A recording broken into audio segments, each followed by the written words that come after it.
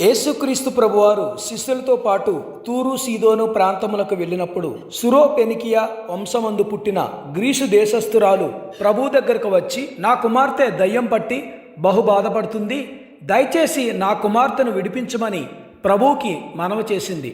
ప్రభు ఆమెకు సమాధానం ఇవ్వకుండా అలాగే ఉన్నారు. అప్పుడు ఆయన శిష్యులు ప్రభువుతో, ఆమె మన వెంబడి వస్తూ కేకలు వేస్తూ ఉంది, ఆమెను పంపివేయమని అన్నారు.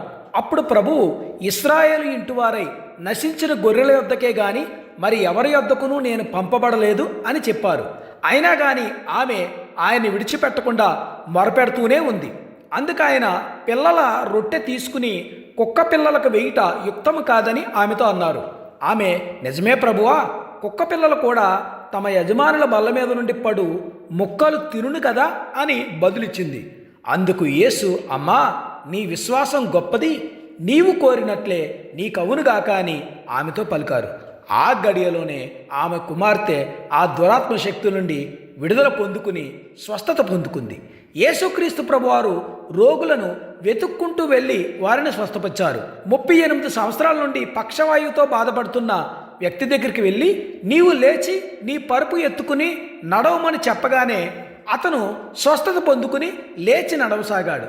ఒక కుష్ఠరోగి వచ్చి, ప్రభువా, నీకిష్టమైతే నన్ను శుద్ధినిగా చేయమని వేడుకున్నప్పుడు నాకిష్టమే అని చెప్పి అతన్ని శుద్ధినిగా చేశాడు. ఇలా ఆయన చాలామందిని స్వస్థపరిచాడు. కానీ ఇక్కడ దానికి భిన్నంగా ఆ గ్రీసు దేశస్థురాలు వచ్చి తన కుమార్తెను విడిపించమని ప్రాధేయపడుతున్నప్పుడు ఎందుకు ప్రభువారు నిరాకరించారు? ఎందుకు నేను ఇశ్రాయేలు ఇంటి వారై నశించిన గొర్రెల యొద్దకే వచ్చాను అని చెప్పారు?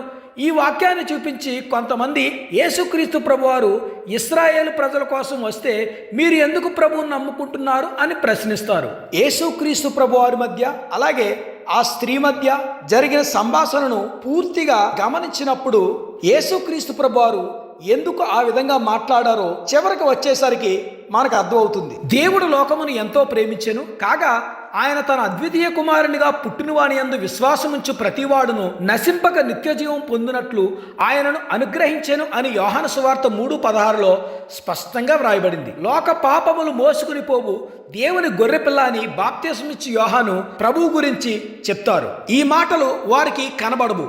ఇక్కడ ప్రభువు ఆమె యొక్క విశ్వాసాన్ని పరీక్షించడానికి ఆ విధంగా ఆమెతో సంభాషించారు తప్ప దాని ఉద్దేశం ఇశ్రాయేలు కొరకు మాత్రమే ఆయన వచ్చినట్లు కాదు.